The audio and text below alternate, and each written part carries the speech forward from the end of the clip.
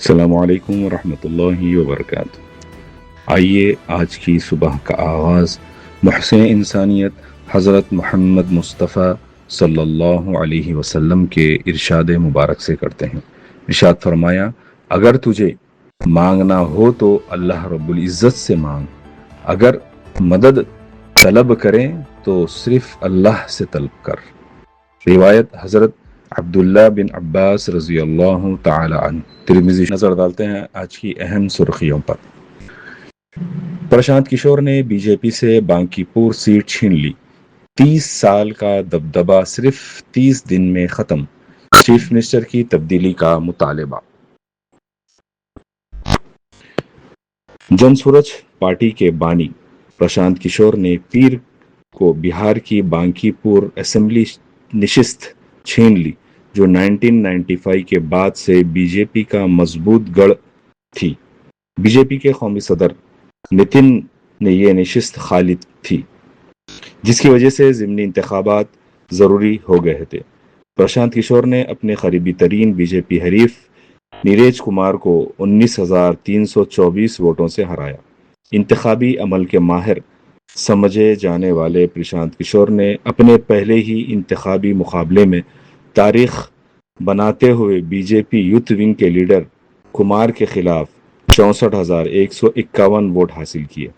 ریاستی B J پی کے صدر سنجے سرگی نے کہا کہ ہم عوام کی مرضی کے سامنے اپنا سر جھکاتے ہیں۔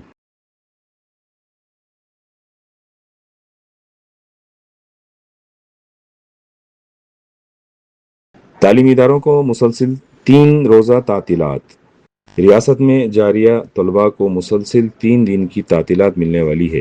آج 8 اگست سے 10 اگست تک اسکولوں اور کالجوں میں مسلسل چھٹیاں رہیں گی، جس سے طلباء اور والدین کو طویل وقفہ میسر آئے گا۔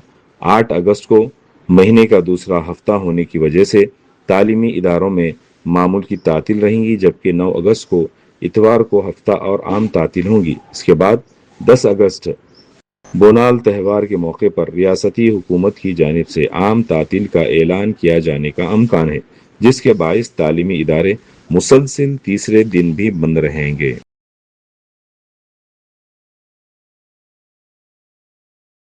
خلا گولکنڈے میں یوم آزادی تقاریب بہتر انتظامات کی ہدایت۔ مختلف محکمہ جات کے عہدیدار تال میل پیدا کرے، چیف سیکریٹری کا خطاب۔ چیف سیکریٹری سنجے جاجو نے پیر کو سیکریٹریٹ میں سینئر حکام کے ساتھ ایک اعلیٰ سطحی اجلاس منعقد کیا تاکہ تاریخی گولکنڈہ قلعے کے رانی محل لان میں 15 اگست کو منعقد ہونے والی یوم آزادی تقاریب کی تیاریوں کا جائزہ لیا جا سکے۔ انتظامات کا جائزہ لیتے ہوئے چیف سیکریٹری نے کہا کہ یوم آزادی کی تقاریب ریاست کے اہم ترین سرکاری پروگراموں میں سے ایک ہے اور انہیں ملک کی آزادی کے جذبے کے مطابق محتاط منصوبہ بندی، بہترین ہم آہنگی اور باوقار انداز میں منظم کیا جانا چاہیے۔ معذور افراد کے آلات پر 5% رعایتی جی ایس ٹی شرح نافذ۔ بیرسٹر اویسی کے لوک سبھا میں وزارت فینانس سے سوالات پر مملکتی وزیر کا جواب۔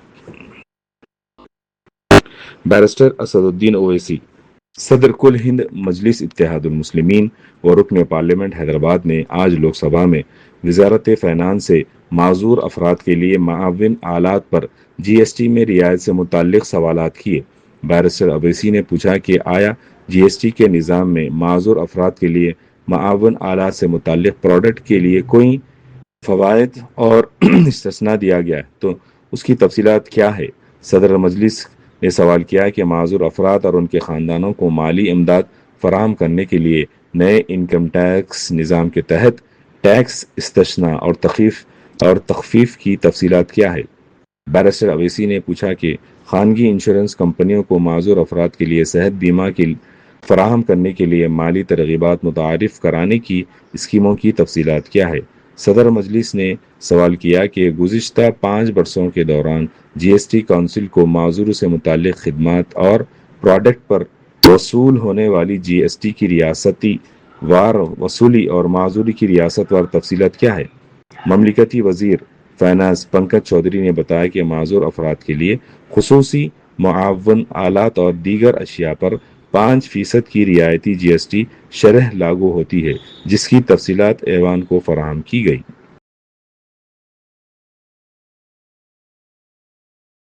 شیخ پیٹ نالے سے اندرون 3 دن کچرا صاف کیا جائے، متعلقہ عہدیداروں کو کمشنر ہائیڈرا اے وی رنگناتن کی ہدایت۔ کمشنر ہائیڈرا اے وی رنگناتن نے پیر کی شام شیخ پیٹ کے حکیم شاہ وراٹ نگر میں واقع برساتی نالے کا شخصی طور پر معائنہ کیا۔ انہوں نے وہاں موجود مقامی حکام سے نالے میں بڑی مقدار میں کچرا جمع ہونے کی وجوہات دریافت کی۔ پیر کو میڈیا میں شائع ہونے والی خبروں اور مقامی عوام کی شکایت کے پیش نظر کمشنر ہائیدرا نے خود نالے کا معائنہ کیا اور صورتحال کا جائزہ لیا۔ ہائیدرا کے آئی ایف اور جے پرکاش اور ایس ایف انچرن نے کمشنر ہائیدرا کو بتایا کہ اوپری علاقوں سے بڑی مقدار میں کچرا بہہ کر آنے اور عوام کی جانب سے بے دریغ نالے میں کچرا پھینکنے کے باعث یہ مسئلہ پیدا ہو رہا ہے۔ کمشنر ہائیدرا نے حکام کو ہدایت کی کہ Shaikpet, O U colony, Maruti Nagar, Vivekananda Nagar, Ambedkar Nagar, M G Nagar, Hakim Shah Virat Nagar اور برنداون کالونی تک برساتی نالے کے کنارے سی سی ٹی وی کے کیمرے نصب کیے جائے اور مسلسل نگرانی رکھی جائے۔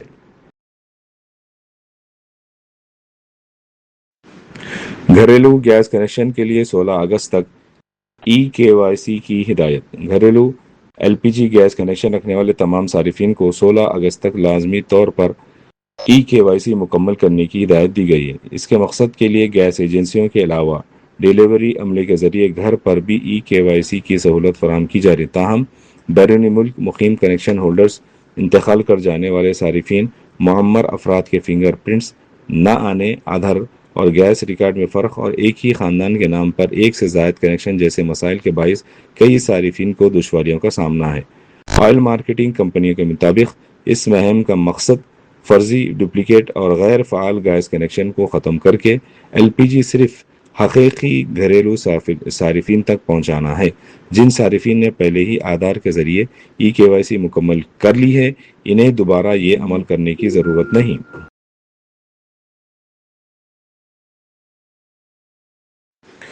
اسی دوران ڈیجیٹلائزیشن میں ضلع بھونگیر سہر فہرست، ضلع حیدرآباد ہونس پیچھے۔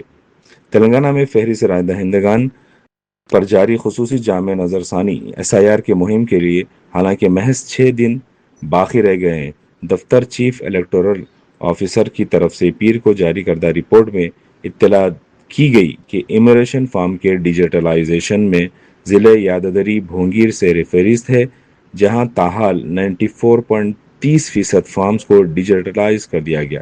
اس ضلع میں جملہ رائے دہندگان کی تعداد 4,66,923 ہے، جس کے منجملہ 4,33,718 امیریشن فارم کا ڈیجیٹلائزیشن مکمل ہو گیا ہے۔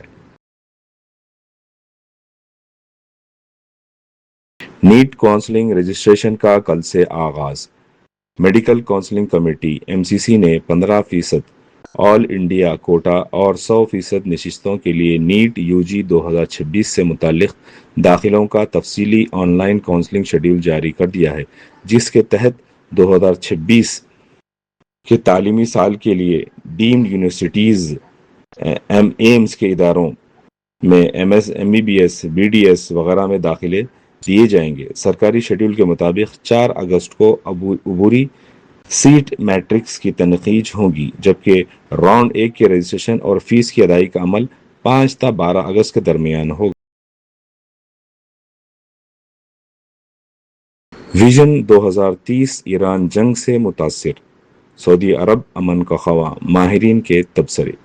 سعودی عرب نے امریکی صدر ڈونلڈ ٹرمپ پر ایران پر حملے روکنے کے لیے کیوں دباؤ ڈالا، اس تعلق سے ایک الگ الگ اندازے لگائے جا رہے ہیں۔ بعض ماہرین کا کہنا ہے کہ ایران جنگ سعودی ولی عہد محمد بن سلمان کے معاشی منصوبے ویژن 2030 کے لیے ایک بڑا چیلنج بن گئی ہے۔ حال ہی میں ایران نے دھمکی دی تھی کہ اگر امریکہ ایران پر حملے جاری رکھے گا تو ایران اسرائیل اور خلیجی ملکوں میں تیل اور گیس کے ذخائر پر حملے کرے گا۔